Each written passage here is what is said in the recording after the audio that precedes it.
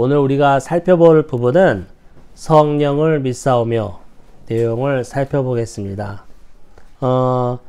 사도신경 서론 시간에 제가 말씀드렸다시피 사도신경은 처음에는 전능하신 하나님에 관한 거, 그 다음에 가운데는 이제 성자 하나님, 예수님에 관한 내용 쭉 있고, 오늘 우리가 살펴볼 이 한 문장이 이제 성령 하나님에 관한 내용이에요. 그래서 삼위일체론적으로 사도신경이 기술되어 있다고, 구조가 되어 있다고 제가 말씀드렸죠. 근데 유난히 성령을 언급한 내용은 양이 좀 작아요. 그렇죠? 적죠. 딱 한 줄이니까. 나머지는 되게 길었었는데, 성부 하나님도 전능하신, 창조주 하나님, 이런 거 정도 있는데, 성자 하나님이 되게 많았죠.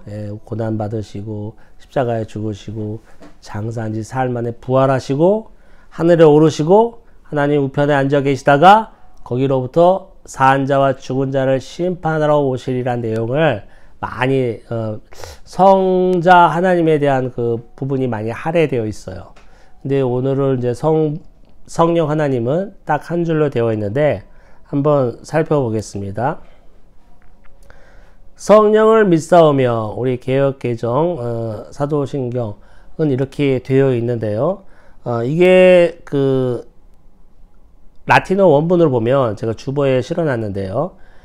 위에 줄입니다. Credo Spiritum Sanctum이에요. 그래서 Credo 하면 나는 믿습니다 그랬잖아요. 그래서 전치사 앞에 in이 있다는 게 되게 중요해요. 그 다음에 Spiritum 이렇게 나와 있어요. 나는 성령을 믿는다 이렇게 나와 있습니다. 앞에 제일 처음에 사도신경 제일 첫 구절이 Credo in Deum이었잖아요. 나는 하나님을 믿는다. 그 다음에 또 전능하신 하나님에서 또 전능하심의 형용사가 있었고, 그래 또 거기서도 Deum 앞에 in이 있었어요. 근데 오늘도 성령 하나님 앞에 전치사 in이 있습니다. 라틴어지만 그 존재를 믿는다 이런 내용이죠. 영어도 이 영향을 받아서 I believe in God 이렇게 나오죠. 그러니까 이거 보면 알 수 있는 게 뭐예요? 성령 하나님을 사도신경에서는 성부 하나님과 같은 하나님을 기술하고 있다는 거예요. 성부 하나님을 믿는다라고 했을 때도 전치사 in이 있었고, 여기에서 오늘 본문에서 성령을 믿는다에도 in이 있다는 걸 통해서 같은 하나님의 개념으로 사도신경이 기술되어 있다는 것을 알 수 있어요. 되게 중요한 내용이에요. 우리가 예배 시간마다 사도신경을 통해서 성령을 믿사오며 라고 고백을 하고 있는데, 그러면 우리가 믿는 성령이 무엇인지를 알아야 되겠어요.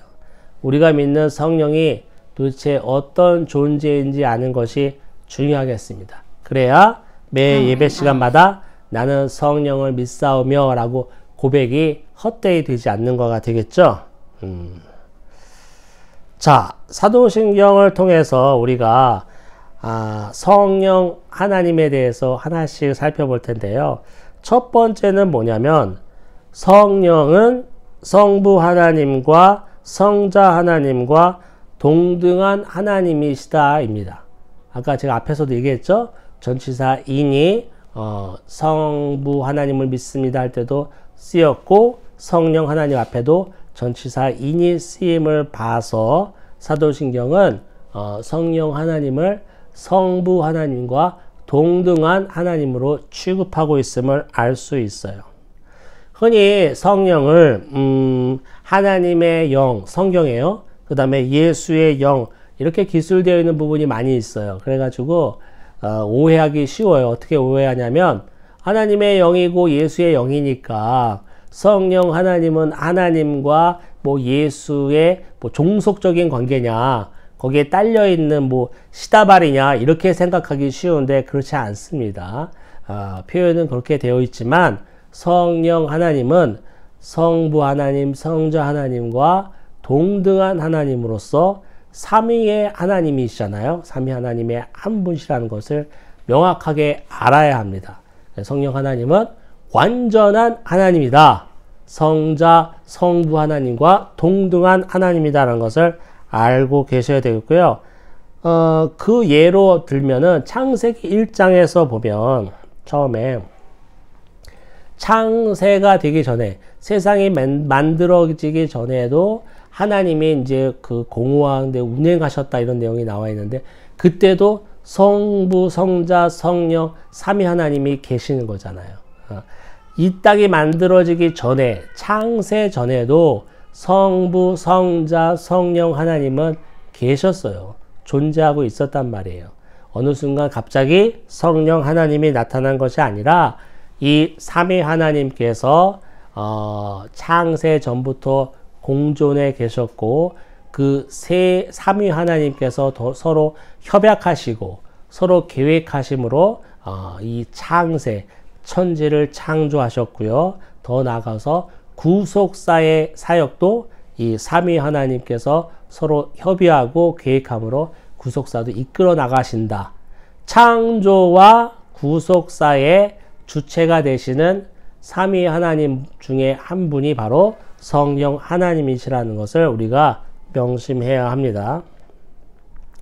둘째는 성령은 창세기에서 하나님이 아담을 만드시고 이렇게 생기를 불어넣으셨잖아요. 생기를 불어넣으셨을 때 이때 이제 루하우라는 이제 히브리어를 사용하는데 이게 영, 바람 이런 뜻이에요. 그래서 구역에서는 성령을 여호와의 바람, 여호와의 뭐 생기, 여호와의 영 이런 쪽으로 많이 해석이 되어 있는데요. 아무튼 하나님께서 아담에게 생기를 불어넣으신 그 순간부터 성령 하나님은 인류를 향한 그의 구속사에 직접적이고도 노골적으로 개입하셨다는 것을 우리가 알아야 합니다. 마치 성령 하나님께서는 창세기 초반에는 없는 것처럼 우리가 흔히들 알고 있기 이름은 사도행전의 뒤에 나오는 오순절 성령 강림 사건 이때 막 불같이 일어나고 비둘같이 내려온다 이런 사건에나 성령이 나오는 것처럼 여기기 쉬운데 성령 하나님은 창세기에 기술되어 있는 것처럼 아담이 만들어지고 생기를 불어넣자 생명이 된지라 이런 말이 있잖아요. 그때부터 우리 인류에게 직접적이고도 노골적으로 개입하셨다는 것을 명확하게 알아야 합니다. 나중에 어느 순간에 갑자기 짠! 나타난 존재가 아니라는 것을 우리가 확실히 알아야 돼요. 그리고 세 번째는 성령은요, 이게 제일 중요해요. 하나가 되는 영이 성령이에요. 우리를 통일하고 하나가 되게 하는 영이 성령이에요. 그래서 우리가 뒤에도 나오겠지만 그리스도를 머리로 둔 우리 지상교회를 우리가 보편적인 교회 또 공교회라고 합니다. 공교회가 다 하나로 연합되어 있는 것은 어떤 것 때문에 그렇죠? 성령 하나님의 사역이에요. 성령 하나님이 지상에 있는 모든 교회, 우리 그루터기 교회뿐만 아니라 저기 남미에서 지금 예배드리고 있는 교회, 아프리카에서 예배드리는 교회까지 다 하나로 연합하고 하나로 만드시는 그 역사하심, 성령의 역사하심 때문에 우리가 공교회의 교제를 믿는 거예요. 자, 그러면 여기에서 우리가 아주 유심히 살펴볼 게 뭐냐면 오순절 성령 강림 사건이 있었어요. 사도행전 2장에. 그때 이제 베드로가 부활하신 주님을 만나고 나서 오순절이라고 사람들이 많이 모여 있는 곳에서 이제 복음을 증거하죠. 복음을 증거하니까 어떤 일이 일어났냐면 베드로는 갈릴리 사람이니까 그들의 언어인 아람어로 설교를 했을 거예요. 그런데 오순절을 지내기 위해서 온 각처에서 온 많은 사람들이 자신의 모국어로 듣게 됐다라는 내용이 사도행전 2장에 나와 있어요. 베드로는 자신의 모국어 아람어로 설교를 했는데 곳곳에서 온 많은 타 민족에서 온 사람들이 자신의 모국어로 듣게 되는 사건, 마치 모든 민족을 대표하는 동시 통역사가 배치되어 있는 것처럼 다 자기네 말로 알아듣는 역사가 일어났어요. 이게 바로 가장 강력한 성령의 역사입니다. 하나 되게 하는 거죠. 창세기 11장의 바벨탑 사건 이후에 우리 인류는 언어가 흩어짐으로 인해서 하나 되지 못하고 다 뿔뿔이 사방팔방 흩어지게 되었습니다. 그런데 그것을 무색하게 할 사건이 바로 오늘 일어난 오순절 성령 강림 사건이에요. 다 각자 말이 달라서 각자 그 말에 맞게 통역을 해야 되는데 어떤 일이 났어요? 성령이 하나 되게 하는 영이기 때문에 다 각자의 말로 알아들 수 있게 통역이 된 것처럼 전달되었다는 거. 노골적인 하나님의 성령의 역사하심, 하나 되게 하는 영이 성령이라는 것을 우리가 알 수 있어요. 예수님이 말씀하신 대로 낙담한 제자들에게 성령이 정말 오셨어요. 그리고 주로 고백하는 사람들의 공동체가 생겼습니다. 이 공동체를 하나 되게 하기 위하여 성령이 역사하신 거예요. 우리는 다 각기 다르고 개성도 다르고 스타일도 다르고 문화도 다르고 다 다를지라도 성령 하나님으로 인해서 우리가 한 가족이 되고 한 지체가 되고 식구가 되는 역사가 일어나게 되는 겁니다. 이게 바로 성령의 역사예요. 그런데 유난히 영성주의를 내세우는 교회가 있어요. 성령의 운동을 강조하는 교회가 있습니다. 그럼 거기서는 정말 성령을 추앙하죠. 무슨 드라마에 나오는 것처럼 성령을 추앙해요.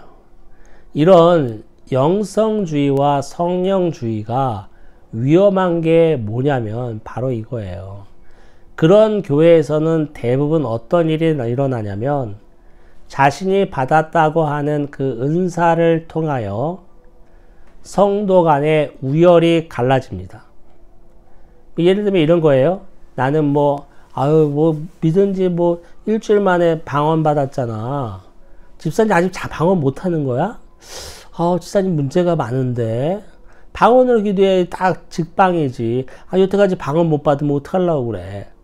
이런 내용이 아주 자연스럽게 교회 안에서 일어나고, 못 받은 사람은 받은 사람을 되게 부러워하며, 또 받은 사람은 못 받은 사람을 되게 낮게 여기는 일이 일어납니다. 자, 성령도 좋고요. 은사도 좋아요. 그것도 다 성경에 언급되어 있는 하나님의 선물이기 때문에 그렇습니다. 다 좋은데 문제는 뭐예요?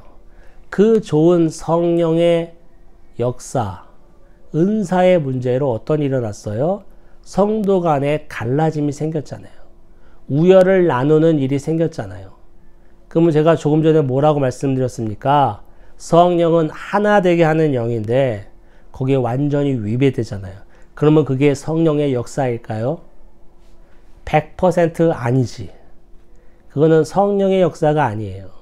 아무리 난리치고 좋은 게 왔다 갔다 하더라도 성도 간에 갈라짐이 있고 하나 되지 못하는 일이 벌어진다면 그거는 성령으로부터 온 게 아닙니다. 어디서부터 왔는지는 잘 모르겠어요. 가장 강력하게 추정되는 곳이 있죠. 아마 거기서부터 왔을 것 같아요. 성령의 영은 절대로 우리 교회를 갈라지게 하지 않습니다. 하나 되게 하는 영이 성령입니다. 마지막으로 네 번째로 제가 말씀드리고 싶은 것은 성령은 지금 교회에 현존하는 그리스도의 영이라는 것입니다. 부활하신 주님께서 성령을 우리에게 보내주셨죠. 그런데 사실 예수 그리스도의 생애 가운데 성령의 역사하심이 없었던 적이 없어요. 우리는 흔히들 하나님 예수님께서 승천하시면서 보혜사 성령을 보내주겠다 이런 내용만 기억하기 쉬운데 그렇지 않아요. 예수 그리스도의 구속사의 시작부터 성령은 역사하셨어요. 하나씩 살펴볼까요? 뭐냐면 마태복음 1장에 나오는 것처럼 예수님은 우리가 몇 주 전에 살펴봤죠? 성령으로 잉태하셨잖아요. 마리아 뱃속에 잉태되게 하는 것도 성령의 역사였잖아요. 예수 그리스도가 태아가 그 엄마의 뱃속에서 만들어질 때부터 성령은 이렇게 밀접하게 역사하셨습니다. 그리고 성령에 이끌려 광야에서 시험 받으셨죠. 그렇죠. 그리고 또 성령의 힘을 입어서 마귀를 쫓아내신 사건도 있었습니다. 또 제자들에게는 너희들이 성령을 받을 것이라는 것에 대해서 계속 예고하셨어요. 그리고 부활하신 제자들에게 성령을 부활하신 후 제자들에게 성령을 보내주셨습니다. 그래서 이 성령은 예수님과 처음부터 끝까지 함께 공존하면서 그 공동 사역을 하신 주체이면서요. 예수님이 뭘 만드셨습니까? 교회를 만드셨잖아요. 자신이 머리가 되는 교회를 만드셨잖아요. 그러면 예수 그리스도가 머리가 된 교회 가운데 성령이 있을까요? 없을까요? 당연히 있죠. 성령이 있어요. 그래서 현재 교회에 현존하고 있는 그리스도 영이 바로 성령이다. 이 성령은 아까 하나 되게 한다는 그 의미도 말씀드렸고요. 또 우리가 아는 것처럼 많은 그런 일반적인 사역을 하시죠. 우리가 기도할 수 있게끔, 또 성령이 아니고서는 우리가 하나님을 아버지라 주라 부를 수가 없습니다. 또한 성령이 아니고서는 우리가 말씀을 본들 그 말씀을 이해할 수가 없어요. 하나님께서 성령님께서 말씀을 조명하여 주시기 때문에 우리가 부족하더라도 말씀을 이해하고 상고할 수 있는 힘을 주시고요. 또 기도할 수 있게 하는 것도 성령의 역사고, 전도할 수 있게 하는 것도 성령의 역사입니다. 우리가 흔히 아는 그런 성령의 역사 말고 제가 몇 가지를 말씀드렸죠. 성령은 이렇게 정의할 수 있어요. 여러분, 성령은 그러니까 우리가 흔히 생각하는 것처럼 신비주의, 영성주의 또 성령 운동을 하는 그런 사람들처럼 성령은 그냥 우리를 정신을 잃게 만드는, 우리가 뭔가 할 수 있을 것만 같은 근거 없는 자신감을 불어 넣어주는 그런 환각제의 역할을 하는 게 성령이 아닙니다. 성령은 어떻게 보면 철저한 우리의 이성과 지성을 바탕으로 일하신다고 보면 되겠어요. 왜 그렇죠? 우리에게 주신 이성도 지성도 다 하나님이 우리에게 허락하신 일반 은총의 영역이기 때문에 그렇습니다. 하나님이 이건 주셨고 저건 주시지 않았다라고 말할 수는 없는 거예요. 그렇기 때문에 우리는 뭔가 현혹하게 하는 영, 왠지 가슴이 뜨거워지면서 막 정신이 오락가락하게 하는 영이 성령이 아니라 오히려 철저한 이성과 지성을 바탕으로 우리를 이끌어 나가시는 영이 성령이라고 생각하시면 될 것 같아요. 자, 오늘은 간략하게 성령을 말씀드렸습니다. 이것이 바로 우리가 믿는 성령이에요. 매주마다 성령을 믿사오며 라고 고백하는데, 그럼 과연 그 성령이 무엇인가에 대해서 우리가 살펴보았습니다.